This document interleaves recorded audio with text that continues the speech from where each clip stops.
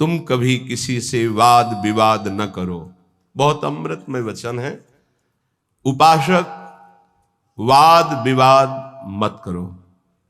जिस प्रकार तुम अपने इष्ट देव को, अपने धर्म को दृढ़ विश्वास के साथ पकड़े हुए हो और महान मानते हो, ऐसे ही कोई दूसरे धर्म का उपासक अपने इष्ट देव को और अपने धर्म को महान मानता है।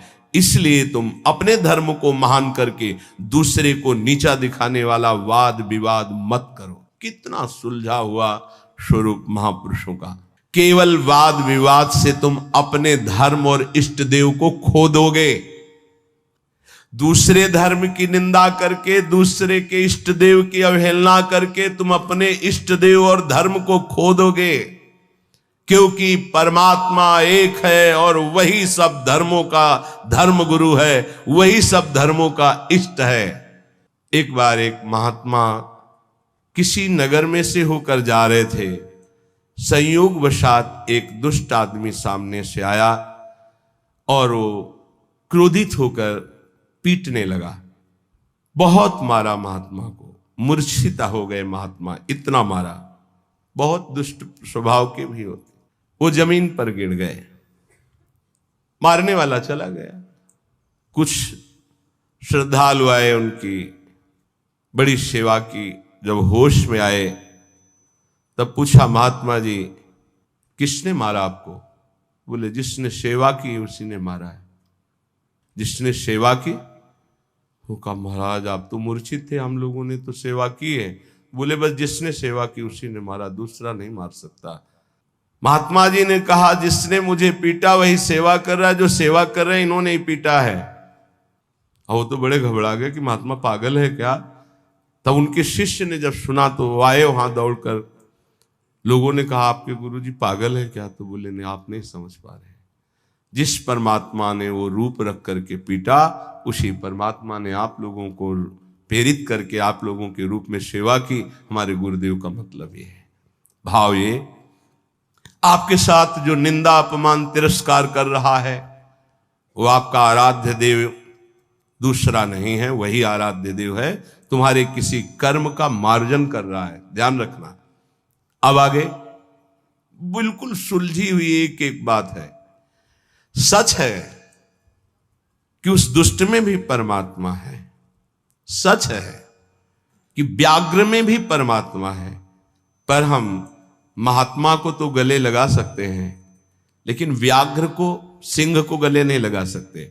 ऐसे ही हम मानते हैं कि दुष्ट में परमात्मा है, पर दुष्ट पुरुष में विद्यमान परमात्मा को केवल भाव द्वारा प्रणाम करके उससे संभाषण और संग कदापि उचित नहीं है। जैसे सर्प में भी परमात्मा है, सिंह में भी परमात्मा है, तो उसे गले नहीं लगा लेंगे।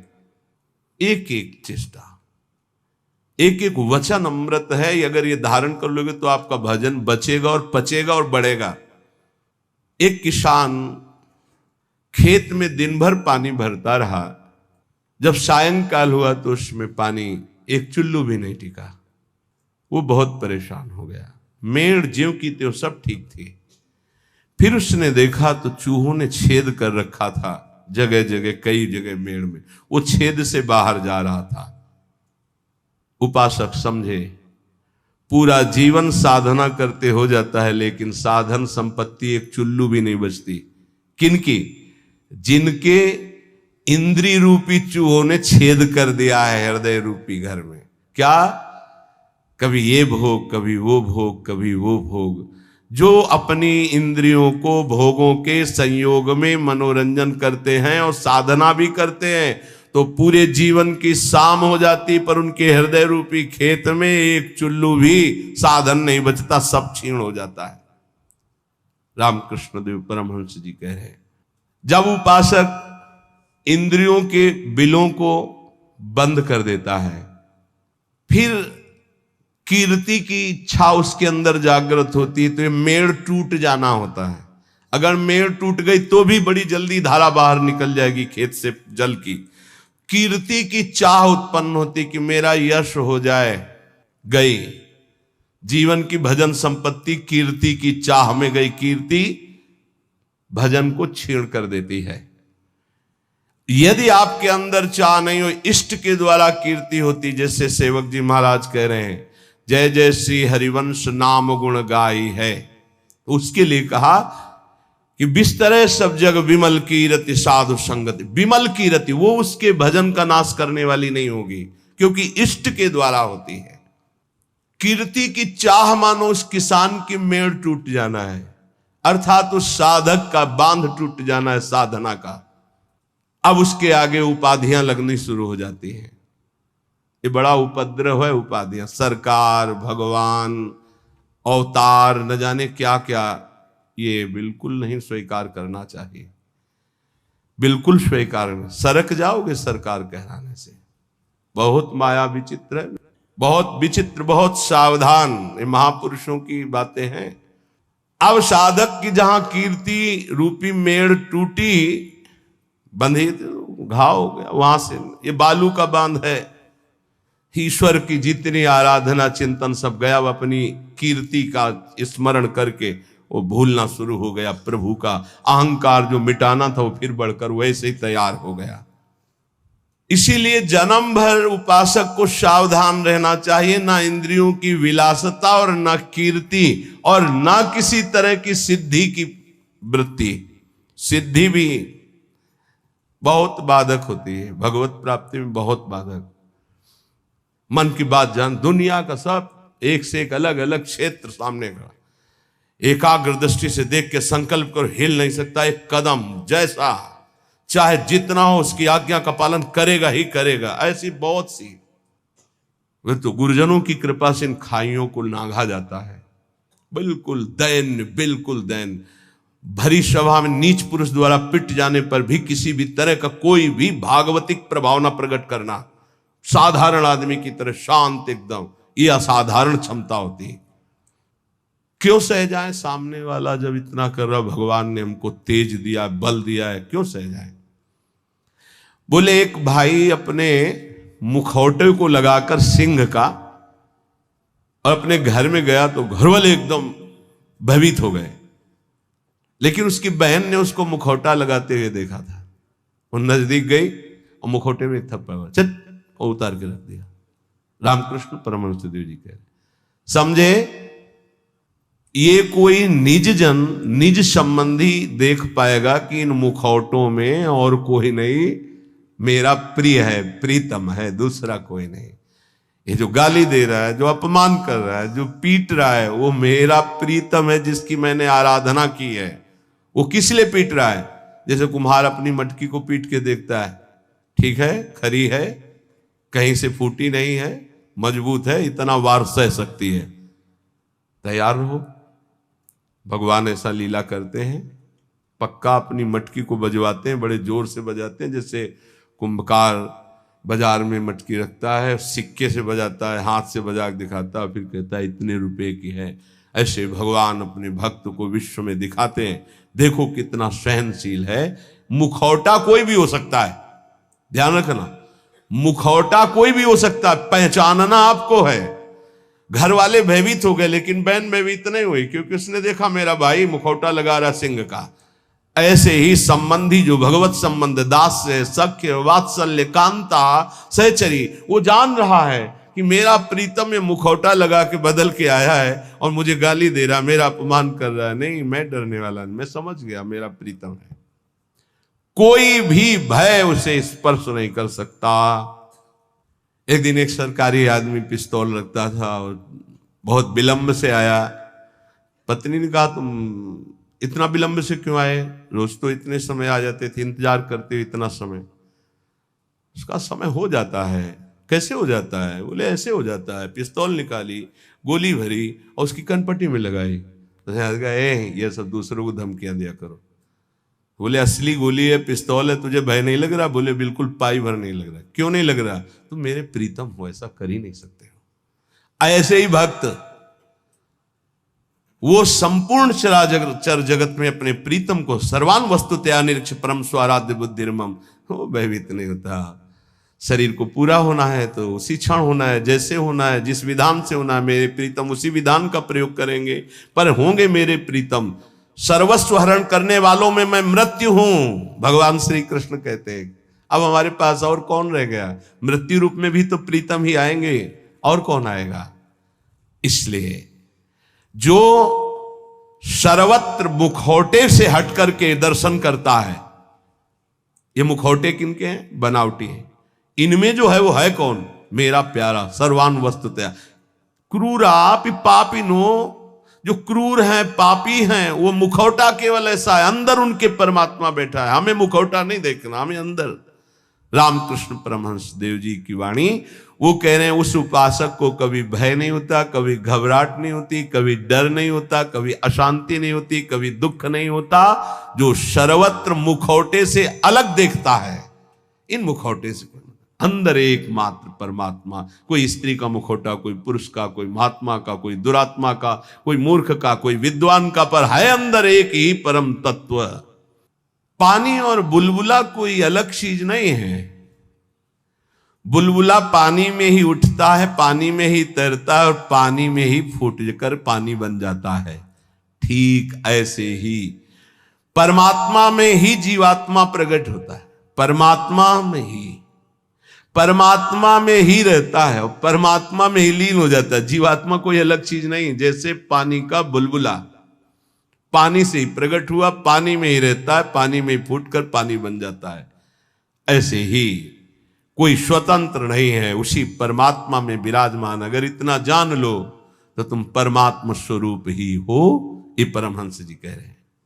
देखो, रेलगाड़ी का इंजन वेग के साथ चलकर ठिकाने पर अकेला नहीं पहुंचता है, बल्कि लाखों लोगों को पहुंचाने की सामर्थ्य रखता है।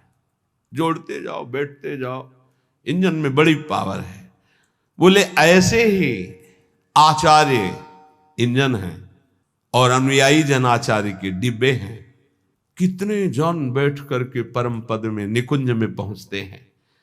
कभी भी ये नहीं सोचना चाहिए कि इतने लोगों का उद्धार कैसे हो जाएगा, इतने लोगों का कल्याण कैसे हो जाएगा, बहुत लोग जुड़े हैं, कैसे कल्याण? तो बोले ईश्वरीय शक्ति इंजन है और वो शांत, वो गुरुजन डिब्बे के समान है। कनेक्शन इंजन से है तो इंजन में 2-4 लोग बैठते होंगे, लेकिन डिब्बे में 70, 80, 90, 100 ज्यादा भी बैठ जाते होंगे। जनरल में तो ज्यादा ही बैठ जाते, कुछ बैठे, कुछ खड़े, कुछ पूरा सब, और सब वहीं पहुंचेंगे जहां इंजन पहुंचेगा। आप बिना टिकट के होंगे तो 2-4 थप्पड़ लगेंगे, थोड़ा टैक्स लग जाएगा, पहुंचेंगे वहीं। नहीं, बीच में अगर हो गया तो फिर उतारे भी जा सकते, उपद्रव होने पर, टिकट ना होने पर, पैसा ना होने पर उतार। इसलिए राधा राधा पैसा इकट्ठा कर लो, परम धन राधा नाम आधार। अगर जल्दी जल्दी में टिकट नहीं खरीद पाए हो तो थोड़ा ज्यादा लगेगा, पर राधा राधा राधा राधा पहुंच वहीं जाओगे। बात हमारी मान लेला। टिकट क्या है? निकुंज की ये जो मंत्र है, आचार्य संबंध है, आचार्य शरणागत से टिकट है। और जनरल में क्या है? राधा राधा राधा राधा राधा राधा, जैसे सब जप रहे हैं। तो बैठ सब गए हैं गाड़ी में, बीच में तुम्हारी चेकिंग भी होगी। बोले जल्दी में खरीद तो नहीं पाए, लेकिन एक राधा नाम की कीमत में पूरा त्रिभुवन बिक जाएगा। जो जांच करने वाले हैं वो कौन है? श्री जी के पार्षद ही हैं। ऐसे थोड़ी होता है कि आप श्री जी के पास सीधे डायरेक्ट पहुंच जाओ, ऐसा नहीं। तो राधा नाम जहां है ना, वो सीधे। और जिनको सौभाग्य से कहीं ये जो निकुंज के गुप्त मंत्र मिल गए हैं, तो अब दुर्भाग्य है कि उनके अंदर ठसक ना आवे, नहीं तो पास हो चुका है निकुंज का, पास मिल चुका है। मानो सच्ची मानिएगा। सौभाग्य दुर्भाग्य में आप बदल रहे हैं कि आप मंत्र का चिंतन नहीं कर रहे हो, विषय चिंतन कर रहे हैं। रेलगाड़ी के इंजन में उतने लोग पार नहीं हुए जितने डिब्बे में बैठकर वहां पहुंच जाते हैं। अर्थात आचार्य और आचार्य परंपरा, आचार्य के तो विशेष विशेष कुछ पार्षद हुए, लेकिन आचार्य परंपरा में लाखों ऐसे महापुरुष हो गए कि करोड़ों को श्री जी के पास पहुंचा दिया, श्री जी में तन्मय करा दिया। राजहंस कभी पानी, वो दूध पीकर पानी को छोड़ देता है, राजहंस। ऐसे ही जो उपासक है जो संत है, जो भगवत प्रेमी महात्मा है, तो माया और ब्रह्म दोनों मिले हुए हैं एक में। वो केवल ब्रह्म, केवल परमात्मा तत्व को और जल को जैसे छोड़ देता है, दूध पी के जल को छोड़ देता है, ऐसे ही वो माया के विकारों को छोड़कर परमात्मा स्वरूप में स्थित हो जाता है। दैवी संपदा का महान सुख उसके हृदय में जागृत हो जाता है, जो माया के विकारों पर मुक्ति प्राप्त कर लेता है। कोई भी विकार उसके ऊपर प्रभाव नहीं डालता। हाथी को खुला छोड़ दे तो मनमानी आचरण करके वृक्षों को उखाड़ता है, तोड़ फोड़ शुरू कर देता है। लेकिन जब महावत अंकुश पर अंकुश प्रहार करता है तो घुटने के बल हाथी हो जाता है। ऐसे ही ये मन मत वाला हाथी है, जिसने इसको स्वच्छंद छोड़ दिया है, ये सब तोड़ फोड़ कर देगा, धर्म विरुद्ध आचरण करेगा। महावत है उपासक, हाथी है मन और अंकुश है ज्ञान। प्रहार पे प्रहार करके उसको घुटने के बल में अर्थात मन को अधीन कर लिया, तब वो शांत चित्त परमात्ममय हो जाता है। मन ही भगवान का स्वरूप बन जाता है।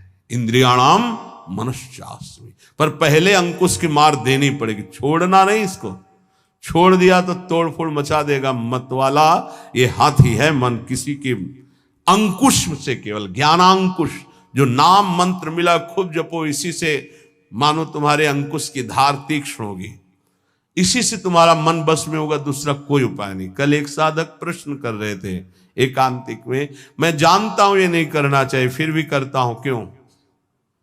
दो बातें। पहली बात, तुम में आध्यात्मिक सामर्थ्य खो चुकी है, जान करके भी तुम उसको रोक नहीं सकते क्योंकि बलहीन हो। और दूसरी बात, तुम्हारी सुख बुद्धि उसमें है, जरूर ये कहते हो मुंह से कि नहीं करना चाहिए, पर अंदर है कि इसमें सुख है। इन दो बातों के कारण तुम भ्रष्ट होते रहते हो। तो हमको पहली बात बलवान करनी है कि हमारे अंदर नाम बल आवे, तो दूसरी बात अपने आप हट जाएगी, सुख बुद्धि हट जाएगी। पहले नाम जप करके अपने को बलवान बनाइए। समस्त विकारों को नष्ट करने का मैं तुम्हें एक सरल उपाय बताता हूं। रामकृष्ण परमहंस देव जी, तालियां बजाकर जब नाम कीर्तन जोर जोर से किया जाता है तो जैसे वृक्षों में बैठे हुए पक्षी उड़ जाते हैं, ऐसे हृदय के काम क्रोध आदि नष्ट हो जाते हैं। रामकृष्ण परमहंस देव जी तालियां बजाकर राधा राधा राधा राधा राधा, किसी संगीत की और ज्ञान वृत्ति ना हो तो अपने पास परम संगीत है तालियां बजाकर, तो कह रहे हैं कि जैसे वृक्षों में बैठे हुए पक्षी तालियां उड़ जाते हैं, ऐसे हृदय में बैठे हुए काम क्रोध भाग जाते हैं जब नाम कीर्तन। जब किसी को भी काम आदि वेदना हो तब नाम कीर्तन करके देखना, तो नाम कीर्तन होने ही नहीं देगा काम। देख लेना, उस समय अगर उपदेश भी किया जाए तो तुम्हें अच्छा नहीं लगेगा। कामी समझी हरि कथा ऊसर बीज बय फल, और अगर आप शुरू कर दिए तो वो टिकेगा नहीं, भाग जाएगा पक्का। बहुत सुंदर उपाय महापुरुषों के हैं। उपासक की उपासना परिपक्व कब मानी जाती है? जब अपने आराध्य देव का नाम लेते ही रोमांच हो जाए और आनंद अश्रु बहने लगे, तब समझना चाहिए कि हमारी उपासना परिपक्व हो रही है। उपास्य देव का नाम लेते ही आंखों में जल आने लगे, अब उसकी उपासना रंग ला रही। राधा कहते आंसू भर जाएं। एक लकड़हारा जंगल की लकड़ी बेच बेचकर बड़े कष्ट पूर्वक अपना जीवन यापन कर रहा था। अकस्मात उस मार्ग से एक सन्यासी जी आ रहे थे। उन्होंने लकड़हारे के दुख को देखकर कहा, बेटा जंगल में तुम सूखी लकड़ियां बिन रहे हो, इसके आगे बहुत कुछ है, आगे बढ़ो और कुछ तुम्हें प्राप्त हो जाएगा, मैं देख रहा हूं। वो आगे बढ़ा, सूखी लकड़ियां छोड़कर। ध्यान देना, महापुरुषों के उदाहरण साधारण नहीं होते, बात साधारण दिखाई दे रही। जब काफी आगे बढ़ा तो उससे चंदन की खुशबू आई, तो चंदन के वृक्ष मिले। सूखी लकड़ी छोड़कर उसने चंदन की लकड़ी काटी और बाजार में बेचा, अच्छा पैसा आया। फिर शब्द उसके कान में गूंजा कि बेटा और आगे बढ़ो। तो उसने सोचा और आगे अब क्या मिलेगा, तो आगे बढ़ा। क्योंकि उस संत के वचन सत्य सच्चिदानंद से युक्त थे, तो जंगल में उसे एक खान मिली तांबे की। अब तो तांबा बेच करके बहुत फिर आवाज सुनाई दी, और आगे बढ़ो। तो और आगे बढ़ा तो उसे चांदी की खान मिल गई।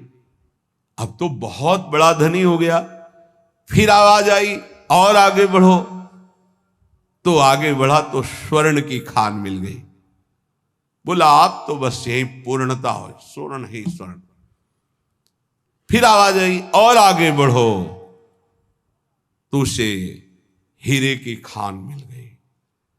अब एक हीरा जीवन भर लकड़ी बेचने वाला लकड़ी बेचता तो उसकी बराबरी नहीं, ऐसे हीरे की खान मिल गई। भावार्थ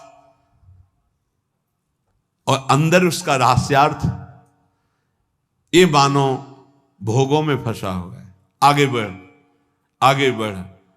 जैसे जैसे वह अध्यात्म की तरफ बढ़ता है, नाना प्रकार के दिव्य सुख, और आगे बढ़ सिद्धियों के सुख, और आगे बढ़ भावात्मक सुख, शांत सुख, दास्य सुख, वात्सल्य सुख, कांता सुख, सहचर्य, अपूर्ण महामाधुर्य रस में स्थित।